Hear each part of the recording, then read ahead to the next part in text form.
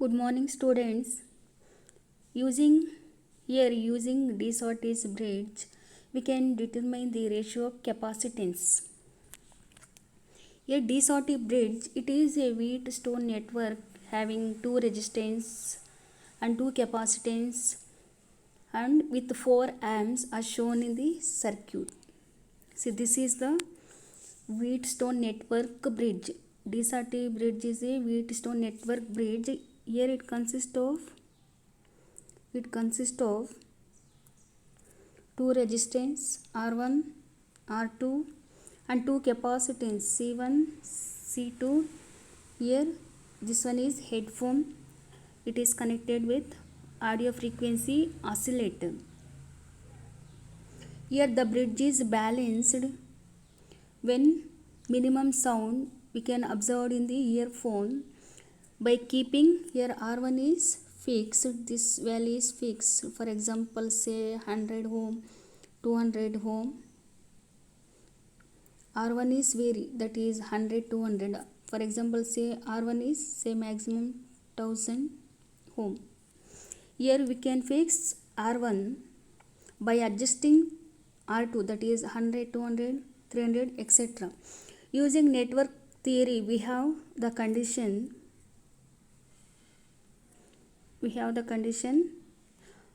Z1 by Z2 equals Z1 by Z2, Z1 divided by Z2 equals Z3 divided by Z4.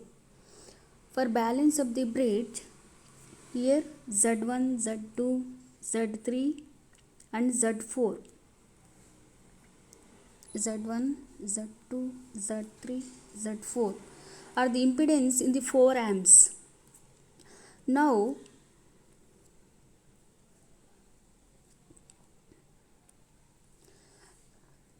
Z1 equals R1, Z2 equals R2 and Z3 equals 1 divided by J omega C1, Z4 equals 1 by J omega C2.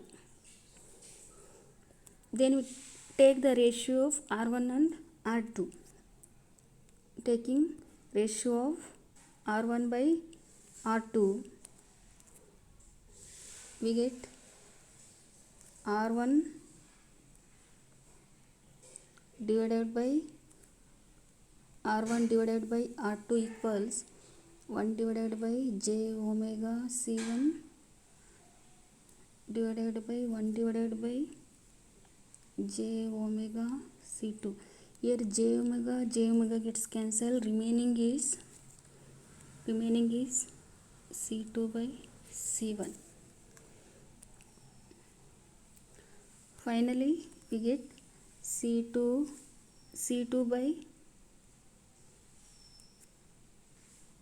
by C1 equals R1 by R2. Or this can also be written as C2 equals C1 R1 by R2. By knowing C1 R1 value, R2, for balancing condition, we can determine the value of capacitance. This one is unknown capacitance C2. See, this is very easy experiment and easy derivation. It will be asked for 4 marks question. Using de Sauty bridge, you can determine the ratio of capacitance. Or you have to find out unknown capacitor C2. Unknown capacitance of the capacitor C2.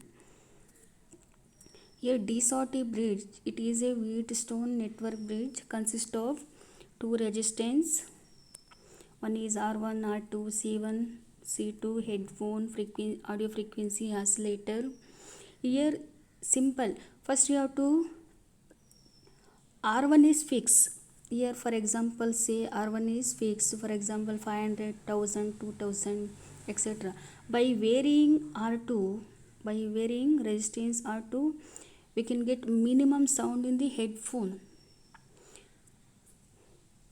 Using that resistance value, we can calculate impedance Z1 by Z2 equals Z3 by Z4. These are the impedance in the 4 amps.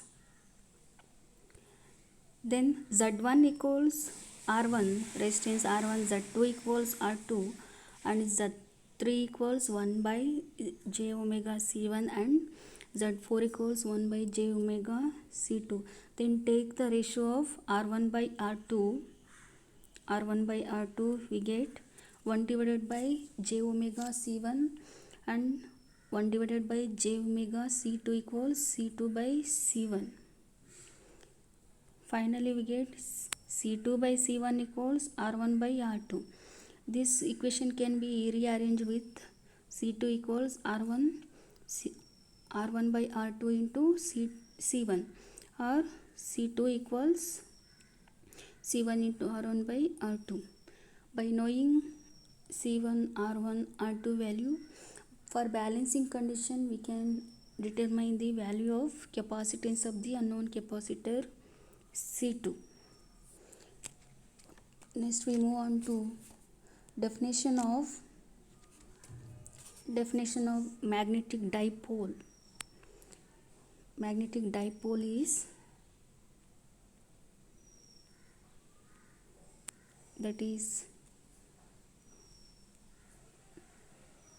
this can be written as magnetic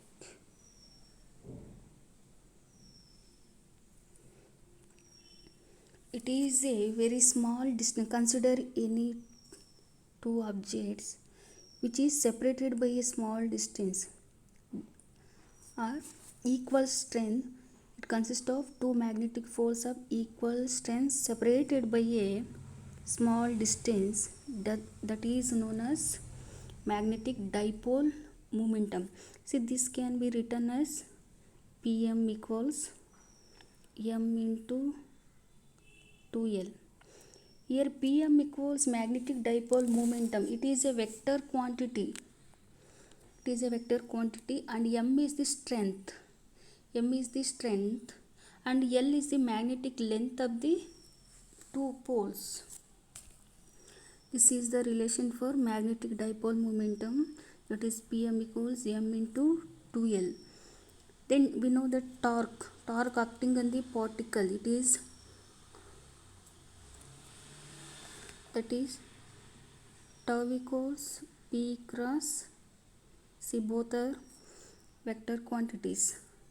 Then torque acting in a current loop in a magnetic field, that can be written as tau equals Ni into A cross B. Here what is N? A number of loops. I is the current, A cross B, cross product between two vectors. Here we know that theta is always 90 degree, because theta is force acting perpendicular to the surface. Then magnetic dipole momentum in terms of torque, this can be written as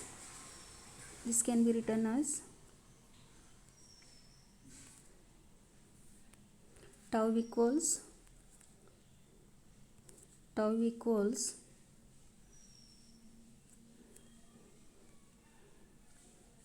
Pm into B. Tau equals magnetic dipole momentum into magnetic field. See, these are 2 marks question. Define magnetic dipole momentum. Finally, we can write the expression and explain each term, where tau equals torque, Pm is magnetic dipole momentum, and B is magnetic field.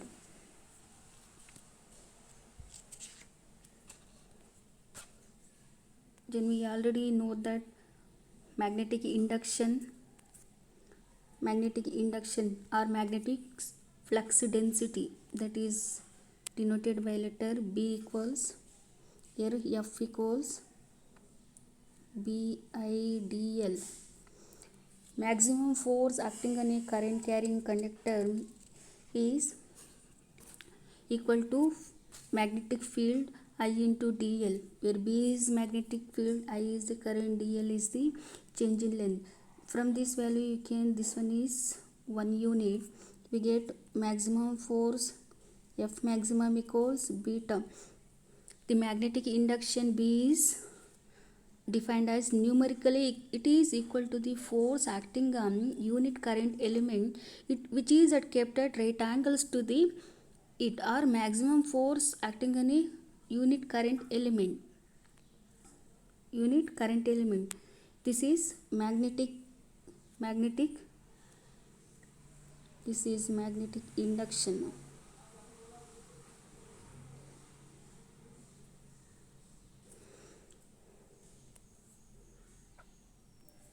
Next, force carrying conductor in electric field, it is denoted by a letter F equals, we know that F equals Q into E.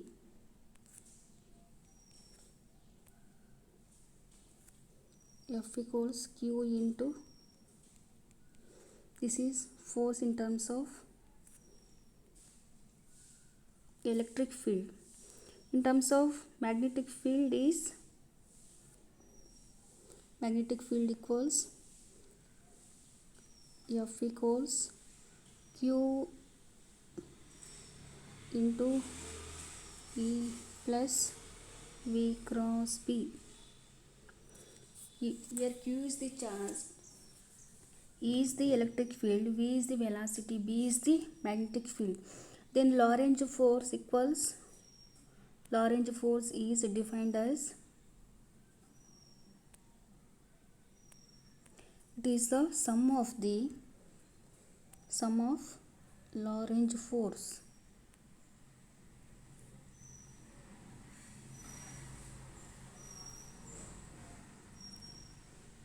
It is defined as sum of F equals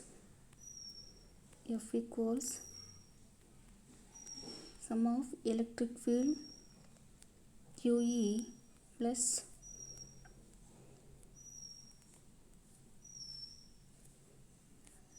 QE plus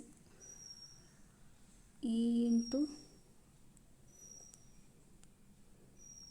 V cross B.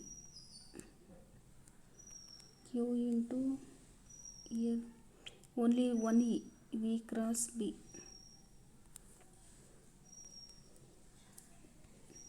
So this expression is also known as Lorentz force in terms of electric and magnetic field.